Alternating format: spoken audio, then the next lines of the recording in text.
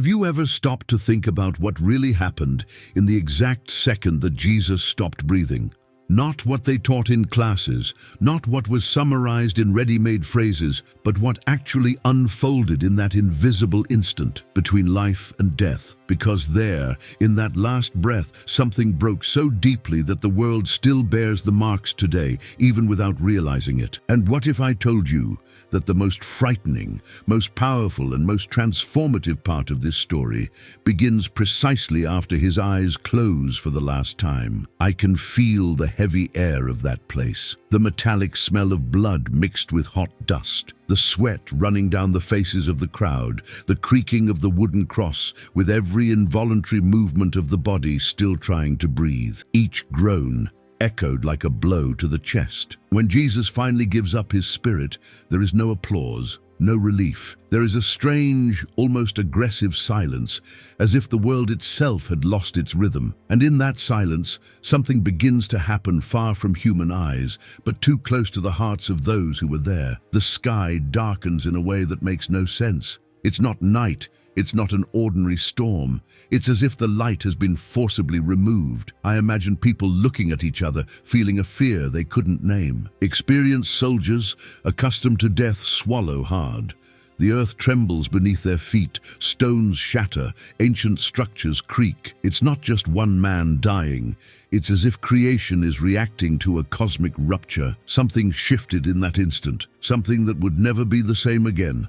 Darkness doesn't arrive slowly. It falls. It's abrupt, heavy, suffocating. The sun should still be high, but it vanishes as if someone had turned off a light in the middle of the day. The shadows stretch out strangely, distorting faces, crosses, bodies. The air seems denser, difficult to breathe. There's no strong wind, no ordinary clouds. There's only the collective feeling that something profoundly wrong is happening, something that doesn't belong to the natural order of things.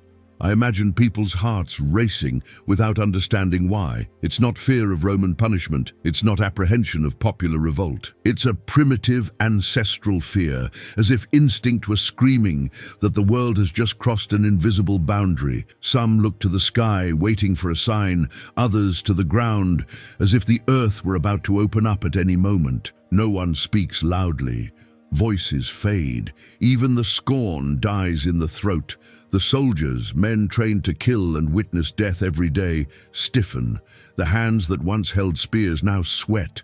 They have seen bodies plead, bleed, give up. But they have never seen the sky react. They have never felt the ground respond. One of them clenches his teeth. Another makes a nervous, almost superstitious gesture. Something in that scene is completely beyond human control, and it disarms them from within. The tremor begins subtly, almost imperceptibly, like a warning. Then it grows. The ground vibrates beneath the feet. Stones loosen from the slopes. Cracks appear where there was once solidity. It's as if the earth itself were groaning, protesting, reacting to what is happening above it. Ancient structures creak, walls tremble, houses in the distance sway. The whole of creation seems to recognize that this moment is not ordinary. The sound is what disturbs most. It's not just the noise of the earth moving.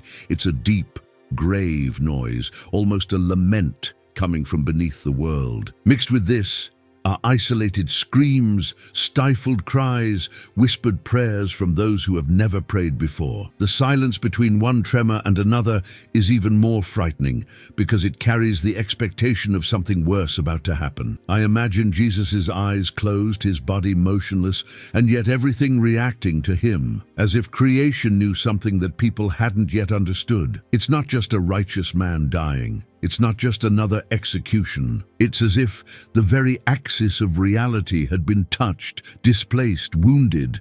Something fundamental was being broken so that something new could exist. Some begin to flee, others fall to their knees, unable to explain why. Some feel a crushing weight on their chest, as if an old guilt has been forcibly exposed.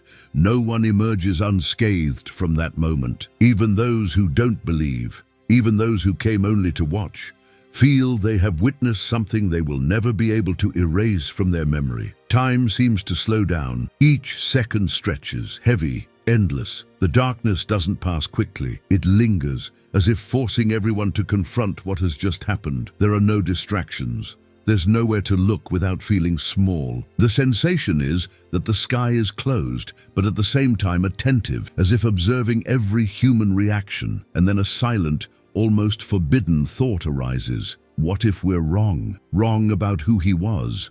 Wrong about what we did. Wrong about thinking we were in control.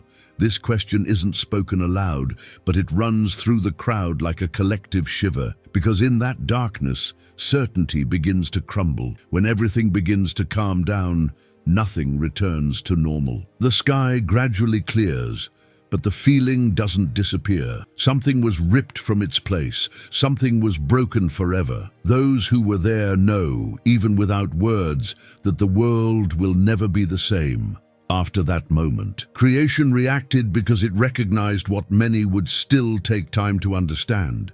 It wasn't just the death of a man, it was a rupture that changed the destiny of everything. When they take the body down from the cross, there is no majesty whatsoever. What there is brutality, a destroyed body, open wounds, deep marks from beatings that tore away skin, flesh, human dignity. Mary holds her son's body, and the weight is not only physical, it is emotional, it is spiritual. Her silence is louder than any cry.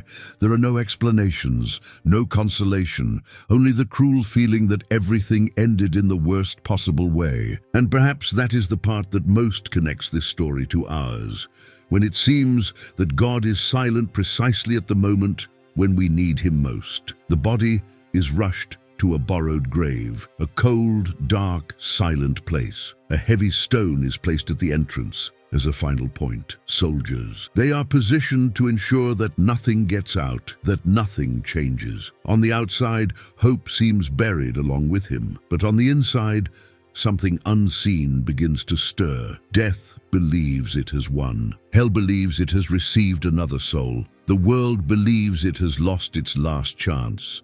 But they are all wrong. While the disciples hide, locked away, trembling with fear, burdened with guilt, shame, and frustration, Jesus is not inactive. The oldest tradition says that he descended into the deepest regions of existence, not as a victim, but as king. I imagine that moment as an absolute shock.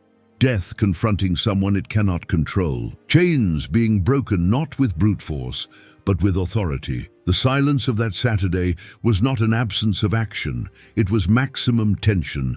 It was the universe holding its breath before something that had never happened before. Saturday passes slowly, heavily, suffocatingly, a whole day without signs, without answers, without miracles. A day too similar to those periods in our lives when everything seems to stand still, when we pray and only hear the echo of our own pain. But the truth is that silence never meant abandonment. It means preparation. It means that something is being built far from sight, but close to the final destination. The stone in the tomb was not a symbol of defeat. It was merely a temporary obstacle before something inevitable. When the first ray of Sunday sun touches the earth, no one expects anything extraordinary. The women walk in silence, carrying spices, expecting to find a lifeless body. Their hearts don't hold enough faith for a miracle. They carry only love and duty. And perhaps that's precisely why they are the first to see the impossible. The stone removed. The empty tomb, the sheet folded calmly, without haste, without chaos. There was no escape, there was victory, a silent, organized, definitive victory. The resurrection doesn't happen as a spectacle for the masses, it happens as an intimate revelation for broken hearts. The shock isn't just visual, it's existential. If he conquered death, then nothing is absolute anymore. Not failure, not guilt, not the end that seemed definitive. When Jesus appears again, it's not as someone who narrowly escaped. It's as someone who crossed death and returned carrying something that no one else had, authority over the end. And here is the truth that is almost never clearly stated. Jesus' death was not an accident corrected by the resurrection. It was part of the plan from the beginning. Every second of pain, every humiliation, every silence was chosen. When he died, something died with him. the separation between God and humanity. When he resurrected, something was born, the real possibility of a new beginning, even after the deepest fall. The cross was not the end of hope. It was the place where hope bled so that it could live. Perhaps what's most frightening about this story is realizing that it didn't end that Sunday. It continues to repeat itself invisibly. Every time someone finds light in the darkness, every time guilt is replaced by forgiveness, every time that someone believes that their own emotional grave will not be the final chapter. The truth about Jesus' death is that it still resonates. It still confronts, it still demands an answer. And now, after all this, the question isn't what happened that day. The question is what this story does to you. Do you believe it really happened? Have you ever felt the silence of a Saturday in your own life? If this touched you, perhaps this video reached you at the right time. Comment on what you felt. Share it with someone who needs to remember that not all darkness is the end. And subscribe to the channel, but only if you have the courage to face truths that change everything.